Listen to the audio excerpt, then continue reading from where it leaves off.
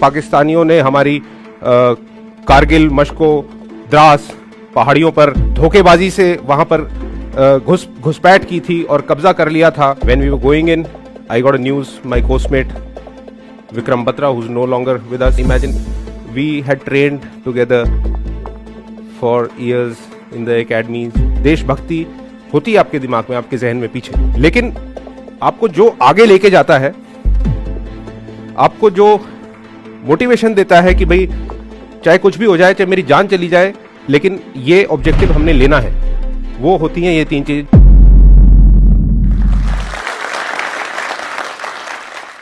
Indian Army has been in the service of this nation for past many years, both during peace and war. During its long journey, which has been glorious, भारतीय सेना ने अनेकों operations में हिस्सा लिया है और सफलता से हिस्सा लिया है। मैं कर्नल दीपांकर शेरावत इस ऑर्गेनाइजेशन का पिछले 21 सालों से एक हिस्सा हूं। बचपन से ही मेरे अंदर एक जज्बा रहा था कि जाना है तो इंडियन आर्मी में जाना है। अब if I may say that the childhood, your dreams of childhood, they get shaped by the environment that you are exposed to. आप जिस तरीके के environment में रहते हैं उससे उसका काफ़ी हिस्सा रहता है कि आप आगे जाकर के क्या बनेंगे। मैं जिस जगह से आता हूँ, भिवानी में एक हमारा गांव है, उस गांव में तकरीबन हर घर में एक ना एक फौजी रहा है। उसका भी एक बहुत बड़ा प्रभाव पड़ा था मेरे इस डिसीजन पे कि मैं फौज को ज्वाइन करूं। दूसरा, पढ़ाई में मैं ठीक ठाक ही रहा था। 10th में मैथ्स में I had 149 out of 150 and similar marks in science and similarly in my 12th। So my parents always wanted me to join IIT, but and थोड़ा सा मेरा टेक्निकल बेंट ऑफ माइंड भी रहा है। मैंने बचपन में अपने 11th में एक एंटरप्रेन्योर स्किल भी वेंचर भी करने की कोशिश की, जिसमें मैं काफ़ी सक्सेसफुल रहा था। उन दिनों केबल टीवी नया नया आया था इंडिया में, तो मैंने सोचा, उस समय हम लोग हिसार में थे, आई थॉट कि let me try my hand out on this. तो मैंने अपना खुद का केबल टीवी नेटवर्क भी लगाया, जो कि काफ़ी अच्छा चला। फिर मेरे पेरेंट्स ने बोला अब तू आईआईटी कर ले यार, कहाँ फौज में जाएगा। मैंने कहा नहीं, जाना तो फौज में ही है। क्योंकि हमेशा से ही हम देखते आए लोगों को कि यूनिफॉर्म में हर घर में कोई ना कोई फौजी है, और कॉमिक्स भी पढ़ते थे तो भी वो कमांडो कॉमिक्स पढ़ते थे। तो फिर एक सीरियल भी आया था उन दिनों फौजी करके, शाहरुख खान का, तो वो भी हम देखते थे। इन सब चीज़ों से काफ़ी and then you know finally that glamour. घर में जब भी कोई बात करता था 71 की लड़ाई की बात करता था कि किस तरीके से उन्होंने 71 की लड़ाई जीती। हमारे नाना जी बात करते थे तो 47, 48 की, 65 की उनकी बात करते थे। उससे मतलब एक जज्बा सा बनता आ गया, और इसलिए मैंने फौज को ज्वाइन करने का फैसला किया। और इसी तरह से 12वीं के दौरान ही मैंने यूपीएससी का जो एनडीए का एग्जाम होता है उसे क्लियर किया, और immediately after my 12th I joined the National Defence Academy at Khadakwasla, Poona. After I passed out from NDA, we went to Indian Military Academy, Dehradun, wherein during before our passing out we have to exercise our choice कि हमें किस regiment में हम जाना पसंद करेंगे। सो आई exercise my choice, और मुझे इतनी खुशी हुई कि मेरी जो चॉइस थी नागा रेजिमेंट वो मुझे मिली। एक यंग ऑफिसर का आर्मी के अंदर जो बेडिंग इन होता है, वो उसकी इनिशियल जो ग्रूमिंग होती है पलटन के अंदर, उस पर बहुत निर्भर करता है। और यही एक महत्वपूर्ण हिस्सा है पूरी इंडियन आर्मी में कि यंग ऑफिसर को अच्छे से ग्रूम किया जाता है ताकि वो फ्यूचर में जाकर के एक अच्छा लीडर बन सके। मेरी इनिशियल ग्रूमिंग जो हुई, मैं उसके लिए अपनी पलटन को, अपने उस्तादों को जिन्होंने मुझे ट्रेन किया, उनका दिल से आभारी हूं, क्योंकि यही वो ट्रेनिंग है, यही वो ग्रूमिंग है जिसकी वजह से एक जो मेरी जिंदगी का महत्वपूर्ण हिस्सा रहा है इस जर्नी का, जो कि कारगिल वॉर था, जिसके बारे में मैं आगे चल के बात करूंगा, इस ट्रेनिंग और इस ग्रूमिंग का उस ऑपरेशन में हमारा सक्सेसफुल होना बहुत बहुत, ये जो ट्रेनिंग और ग्रूमिंग है उसमें बहुत, इसका बहुत ज़्यादा हाथ है। ऑपरेशन विजय, जैसा कि आप सभी जानते हैं, कारगिल की लड़ाई 1999 में जब पाकिस्तानियों ने हमारी कारगिल, मशको, द्रास पहाड़ियों पर इन्फिल्ट्रेशन करके जो धोखेबाजी से वहां पर घुसपैठ की थी और कब्जा कर लिया था, उसका नतीजा था कि भारत को, हमारे देश को उस लड़ाई में जाना पड़ा, क्योंकि हमें अपनी जमीन दुश्मन से वापस लेनी थी। So my battalion got inducted into Operation Vijay, and we were tasked to capture one of the features which was dominating the national highway। जो नेशनल हाईवे है, जो कि एक लाइफलाइन है श्रीनगर और लेह के बीच में, उसको इतना डोमिनेट कर रहा था कि कोई भी मूवमेंट वहां पर पॉसिबल नहीं हो पा रही थी। जैसा कि जैसे ही हमारी पलटन वहां पहुंची, तो स्वागत जैसे हम करते हैं, तो दुश्मन ने हमारा स्वागत किया खूब सारी आर्टिलरी शेलिंग से, जिससे कि हमारा हौसला और मजबूत हुआ। और इतने डिफिकल्ट टेरेन, डिफिकल्ट वेदर में इंडियन आर्मी ने जो लॉजिस्टिक्स, जो आर्टिलरी इतने कम टाइम में वहां पे बिल्डअप की, एक प्रोफेशनल आर्मी ही कर सकती है। तो हमें अपनी आर्टिलरी का पूरा सपोर्ट था। टारगेट हमारा जो था बहुत मुश्किल था। हम 14,000 15,000 फुट की ऊंचाइयों पे थे, बैटल लोड था, और उन ऊंचाइयों पे ऑक्सीजन की कमी होती है। वहां पे जमीन ऐसी थी कि आप एक कदम ऊपर ले रहे हैं तो 4 कदम नीचे फिसल रहे हैं। सो उन मुश्किलों के बीच मैं सल्यूट करता हूं हिंदुस्तान के सभी वीर जवानों को, जो उन दुर्गम ऊंचाइयों पे, उन परिस्थितियों में वहां तक पहुंचे।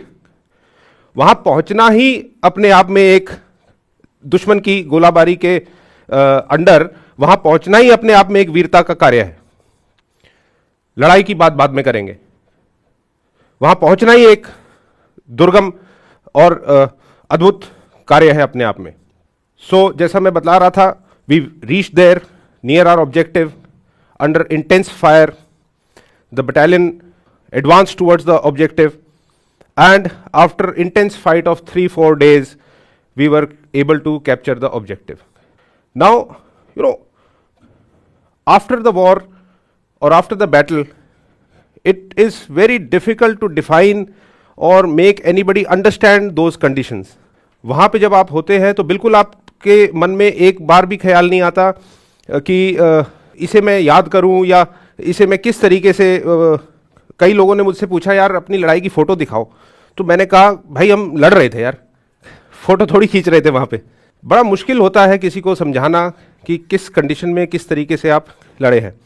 But what I want to bring out is, these awards, my decorations, while it has been given to me individually, but it is after all the team effort. It was the entire team which was responsible to fight there. It was the hard work of the entire team in the face of adversity, the company, the battalion, each and every individual who were part of this operation to have, they are the contributing factor towards this award which I am wearing today.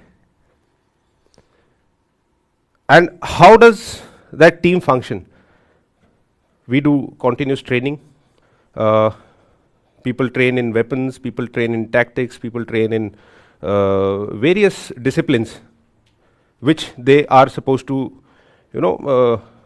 execute during a war or peace, that is their duties. So it so happened कि जब हमारा हमला जाने वाला था, so उस हमले के कुछ ही मिनट पहले दुश्मन की आर्टिलरी हमारे फायर बेस पर आकर गिरी और हमारी पलटन का पूरा फायर बेस तहस नहस हो गया। Now imagine when you are about to go for an assault, what kind of effect it is going to have on the morale of the troops who are going to attack. The commanding officer then the company commanders, that your fire base, which is supposed to provide you fire support during the intimate moments of the fighting, that is no longer there. But hats off to my commanding officer then. He motivated us, he motivated the entire battalion, and despite the loss, we went in. When we were going in, I got a news, my coastmate Vikram Batra, who's no longer with us, he was fighting with us on the same feature. Anuj Nair, who's no longer with us. During that time, I got this news, and imagine, we had trained together for years in the academies, and you get this news that your buddy, your brother is no longer there. Despite those setbacks, it is only what takes you ahead is only the three things which people have always been telling, and I strongly believe in it. That is नाम, नमक और निशान. तो fire base आपका उड़ गया, आपको ये भी खबर मिल रही है कि आपके जो कोस्टमेट्स हैं, जो आपके साथ रहे हैं, वो भी नहीं रहे. दुश्मन आप पे आर्टिलरी शेलिंग किए जा रहा है, आप पे फायरिंग किए जा रहा है, आप कैप्चर कर रहे हैं, वो काउंटर अटैक कर रहा है, फिर आप कैप्चर कर रहे हैं. सो इसमें यस, देशभक्ति होती है आपके दिमाग में, आपके जहन में पीछे, लेकिन आपको जो आगे लेके जाता है, आपको जो मोटिवेशन देता है कि भाई चाहे कुछ भी हो जाए, चाहे मेरी जान चली जाए, लेकिन ये ऑब्जेक्टिव हमने लेना है, वो होती हैं ये तीन चीजें जो मैंने बताई, नाम, नमक और निशान. नाम अपनी पलटन का जो हम कंधे पे लेके चलते हैं, नमक देश का, निशान यानी कि हमारे कलर्स, हमारा झंडा, हमारा परचम. इन तीनों के लिए एक फौजी हमेशा अपनी जान को बिना किसी रिटन ऑर्डर्स के, I mean this is the beauty of this organisation, we don't wait for written orders.